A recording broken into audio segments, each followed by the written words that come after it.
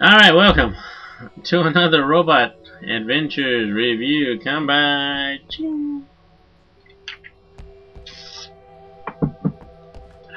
Okay, so this video is going to be about a new game.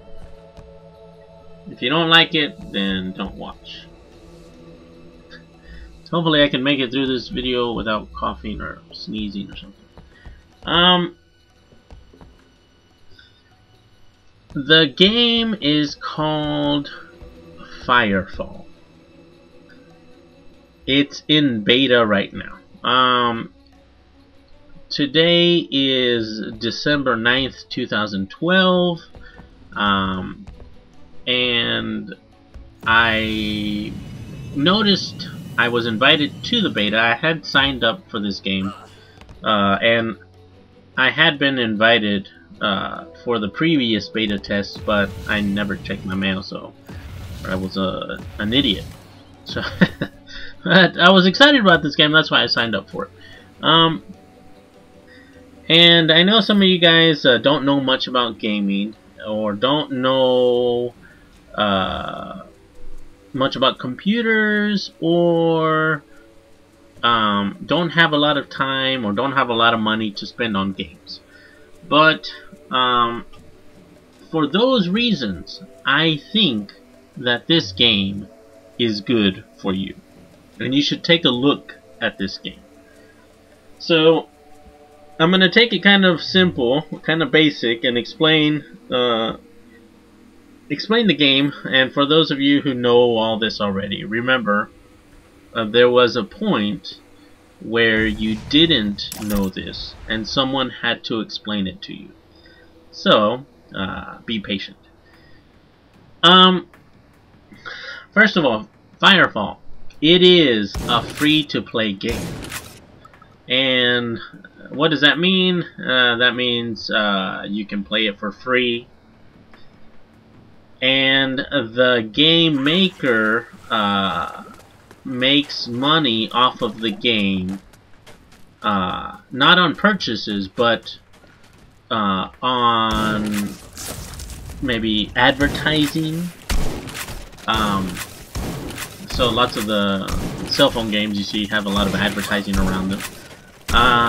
Or they have a shop where you play the game for free, but if you want to buy like a plush Angry Birds keychain, then they'd make money off of that.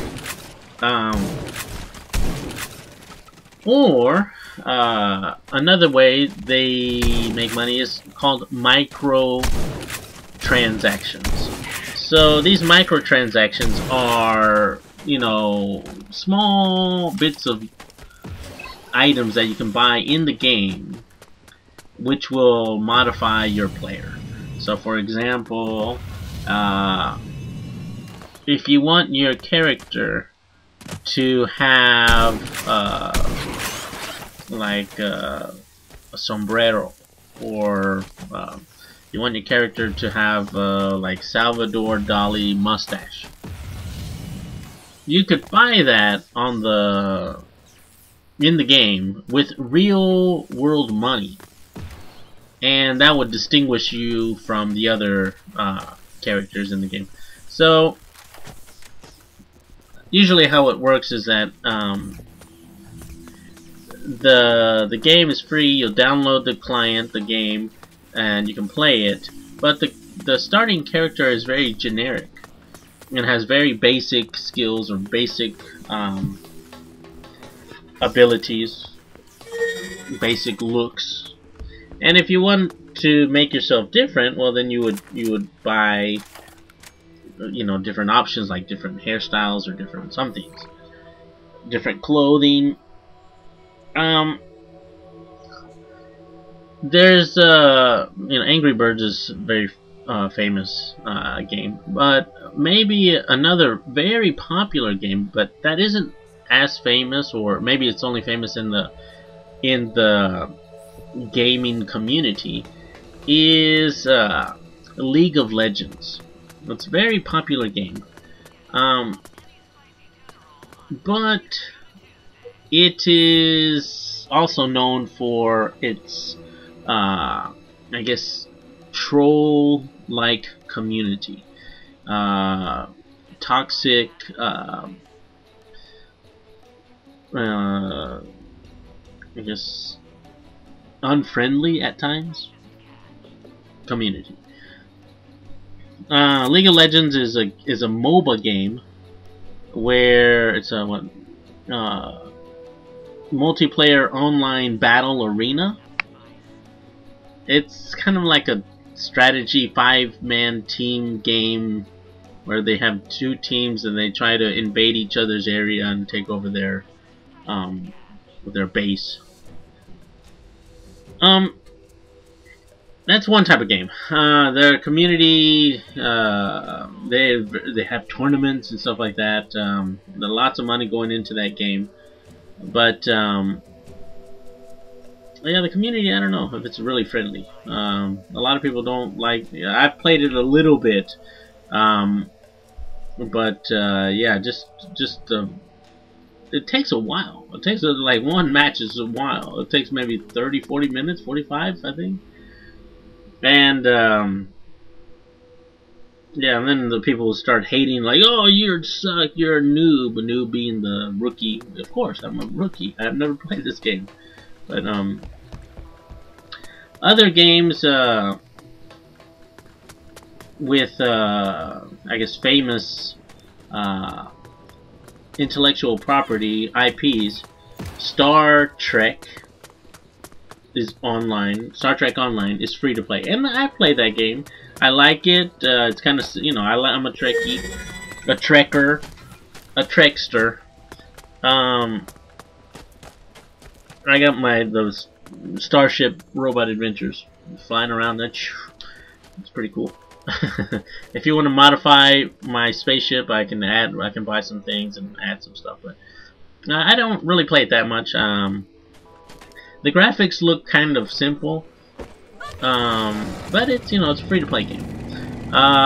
Also, new to the free-to-play genre is I don't know if it's a genre or the marketing is Star Wars. So Star Wars, the Old Republic, was at launch a subscription-based game. That means you paid a monthly subscription to play this game.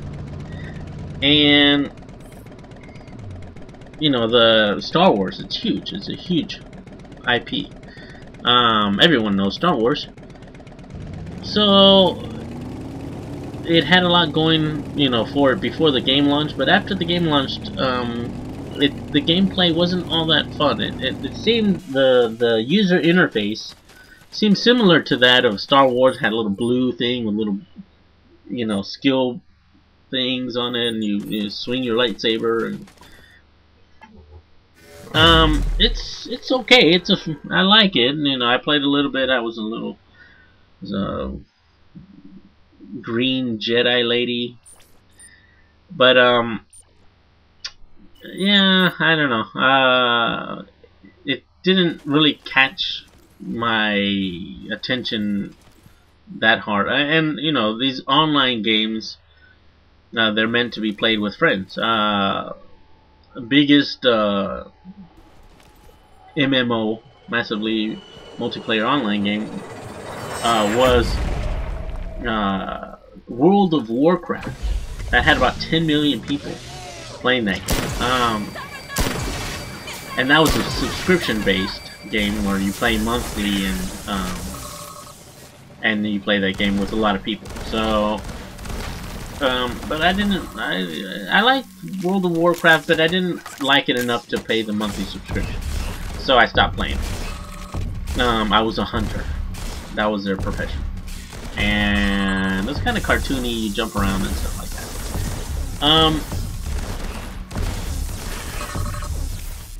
Let's see, so that's a free-to-play system. The free-to-play business model. That's good for people who don't have money to spend on a game. Okay, so you don't have any money, play a free-to-play game. And the problem with free-to-play games are usually that the graphics aren't that great. Lord of the Rings, you know, huge IP, but you know, it's kind of like you're running around clunky little, and you swing your sword, and it's okay. You know, it's like, oh, there's an elf and stuff like that. But the graphics usually aren't that impressive, and yeah, sometimes the shop in the game is very intrusive. It's like, oh, you buy. Okay, I don't want to buy. I want to play this game for free and enjoy myself. But yeah, there are different ways to, I guess, how intrusive are you going to make the market into the game? That kind of turns people off. So Lord of the Rings is, you know, I like Lord of the Rings and running around, but yeah, the marketplace is very the online in-game market is like, oh, and you need this quest. Why don't you buy this quest? Okay, so that's free to play. You play the game. If you want to make your character better or look different or something, you can buy it. You can reward money. Another problem with the marketplace is that there's a concept called pay to win, and pay to win would be where a player with a lot of money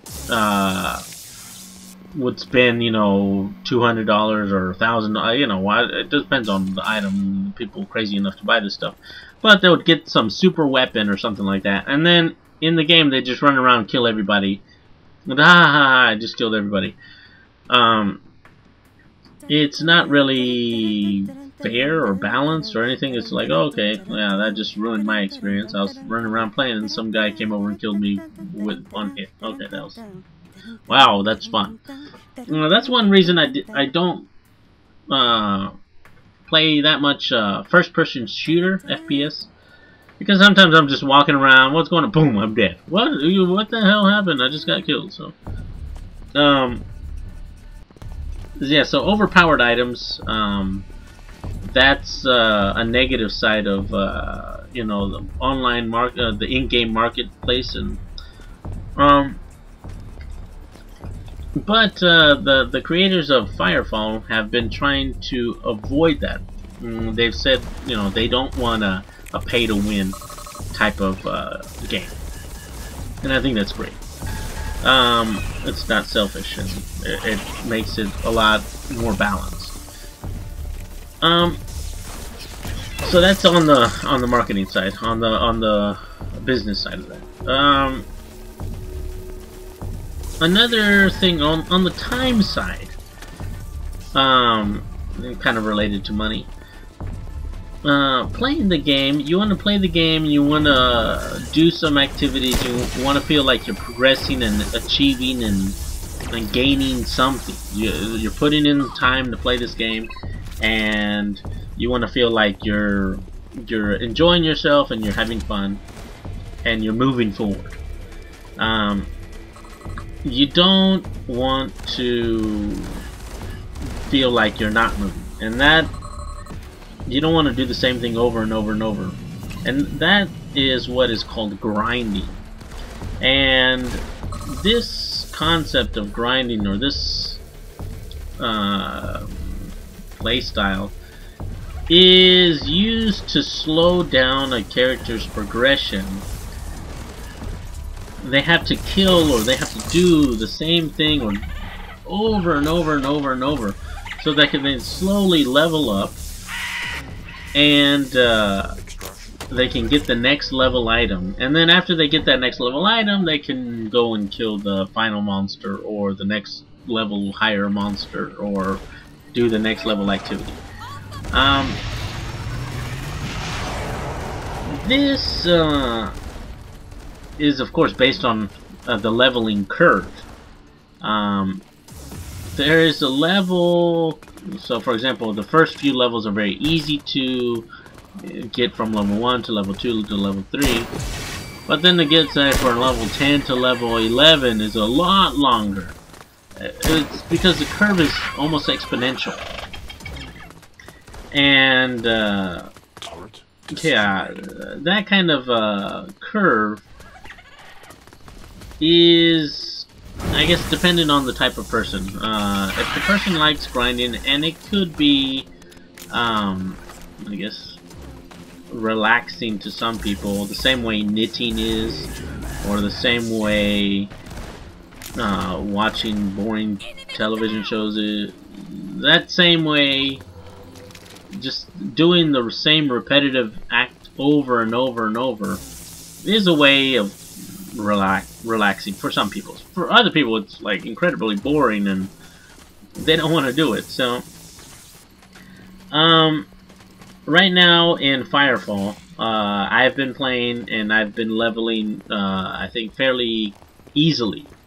I mean, that's a misleading statement. Your character does not level. Your character, there is no level for your character. What you are doing in FireFall is you are improving your battle frame, your suit of armor, your mech. So it seems the improvement is pretty good. I don't know how the leveling curve is, but at the beginning it seems pretty fun, and I'm enjoying it right now. Slowing down your character's progression is useful for a subscription-based game, where the slower the character levels, the longer it takes them to level, the longer they're going to play, and the longer they're going to keep paying for your subscription. So that's a good way to make money off of the player by not allowing them to reach the next level, which isn't very good because the player either gets tired of the game and quits, and then you no longer get any money, or the player will get tired and burned out, or they'll have to play over and over and over. That kind of grind doesn't work in a free-to-play game because there is no subscription. It's free to play. The way you could manipulate that to make the next level content, the gear that you need to get to the next level would take a long time to get in the game, or you could buy it off of the marketplace via their store. That's one way to make money, but it also will piss off people like, well, I want to play the next level content, but the only way that I can play it is if I spend money in your game. Yeah, you're gating the content, and it depends on how strongly you do that, but yeah, it's gonna be a balance. A balance needs to be reached with that. I think one of the good things about this FireFall is that you're leveling your suit, your battle frame. This battle frame comes in different types. There are 5 different types as of now. There's a light recon class. There's a medium class, like an assault class. There's a heavy class, like a big tank class. It's a dreadnought. And there are 2 like medium classes, like support roles. One is a bioware, some biotech. The other is an engineer. And what happens is you level up your battle frame to a certain point, and they have tiers. First tier is this, second tier. Once you get to the max level on that frame, that's it. You can't get any more, and so everyone will be playing on the same playing field. You know, if you have 2 of the same battle frames, 2 characters playing the same battle frame, they stand there looking at each other and push the fire button, they're both going to die at the same rate, unless one of them dodges, or one of them moves away, or somebody else comes in and helps.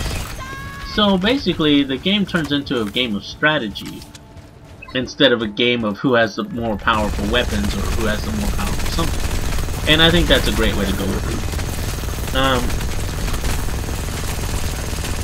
Yeah, you can only have one, or you can only have a set number of guns. You can only have, you know, like one headpiece or one something, or and the way you set up your battle frame, that's optional, but you are limited to the amount of things that you can do and the places you can put things. So there is still enough customization to modify your frame in different ways, so you'll get a large variety of battle frames. But there is a point where, okay, that's it. There's no more. So it looks good from that standpoint. Yeah. So the grind is not needed. You don't need to spend a lot of time in the game to improve. And for people who don't have a lot of time to play the games, who just want to run around and do something quickly and fun, this game I think lends itself to those type of players. PvE, player versus environment, that's what I like to do, because I like having the objective and like go capture this bad guy, or go retake this tower, or go do something. I like that kind of straightforward target objective. Sometimes in like open world PvP, for example, PlanetSide 2, I play that game too, but sometimes it seems like so chaotic. Like, okay, where's the next objective, or where are we going next? And sometimes it's like you know, too many cooks in the kitchen and no one knows what to do. That's not the idiom, but too many cooks ruin the stew, the broth. The Japanese one is what? Too many captains and the ship goes up the mountain. Somewhat equivalent, but yeah, so PvE sometimes is very chaotic. PvP, player versus player. In PlanetSide 2, that's all you're doing. You're just killing the other guys, trying to take over the world. Player versus player, it's a team system of, you know, 2 teams, and you're just trying to kill the other guy for points, and yeah, that's pretty much it. Just kill the death match or something like that. And I think that's kind of fun. If you want, you know, just jump in a match real quick, just boom. And if you don't have a lot of time, just jump in there and do that. So it looks kind of fun.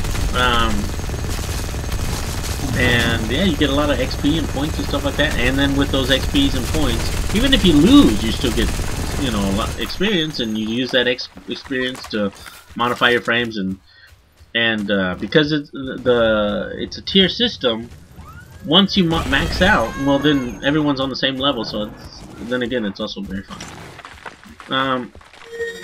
But player versus environment, that doesn't really, you know, you can't kill each other in player versus environment. You can only kill the bad guys. Let's see, and the last thing, yeah, those of you who don't know about games, I explained to you what the first person. Those of you who don't have a really powerful computer, or don't know about computers, it doesn't require that much power. I think I was checking at one site.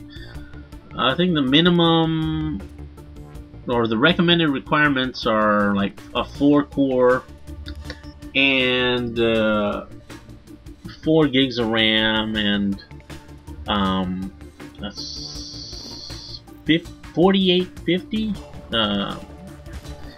Radeon card, somewhere around there. But the minimum requirements aren't that much. The graphics look good, and it looks really pretty. It looks really pretty. You can run it on an OK system, I think. Yeah, so you don't need that much power, but yeah, it's good, and you can adjust the resolution and stuff like that. It reminds me of a Jet Set Radio, that old game, or Borderlands, where the character has a kind of like an outline, and you can see from the video in the back of this playing in the background. And yeah, it looks like a fun game. Fly around, you got jetpacks, you can glide, you got dinosaurs, you got mining for resources. The whole economy of the game, where you have to get resources and stuff like that. I think that's still being adjusted. A lot of things are still being adjusted, but the way this game is looking, I think they're on the right track. They could make it a little bit more player friendly, where, you know, people are running around. If someone goes down, you want to go over there and resurrect them as soon as you can, help them up, because then they can help you kill the bad guy. A couple of things I'd like to see changed, similar to Guild Wars 2, would be node sharing, so resource sharing, or monster drops specifically for your character. Because right now you kill a monster, whoever's the first to pick up the loot gets it. So it's kind of like, hey, I wanted that, or I need that. I need some ammo too, but yeah, they're still working on some stuff. The attack speed, some of the sometimes you'll land weird and your character will be running sideways. Or there's still some bugs in this, but it's all beta, so you got to cut them some slack for that. Yeah, I'm liking this game. I bought the Commander Founder Pack. I can run around on a motorcycle. I got a little face mask thing.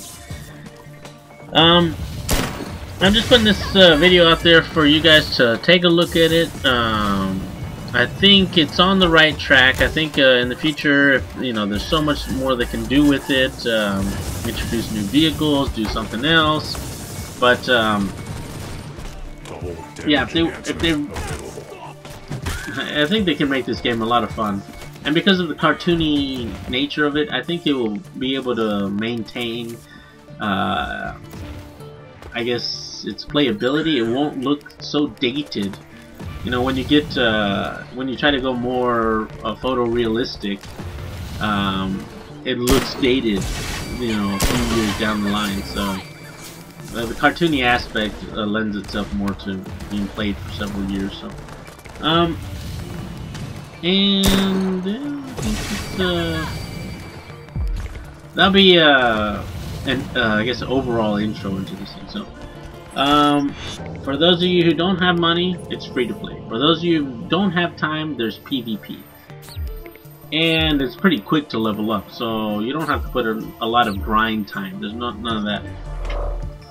For those of you who don't know about games, I, as a gamer, think it's a pretty fun game. And I think it's a good game to play. The community isn't, it seems very friendly right now. The company seems very engaged with this community, asking them questions, asking them what they want in the game, and taking votes on it. So I think it's a good game to play. And for those of you who don't know about computers, I think it runs, it doesn't need a massive, huge, high-spec system to run. So alright guys, well, I'll talk to you later. I'll see you in the game. Robot Adventures. Bye bye. Kampai. Bye bye.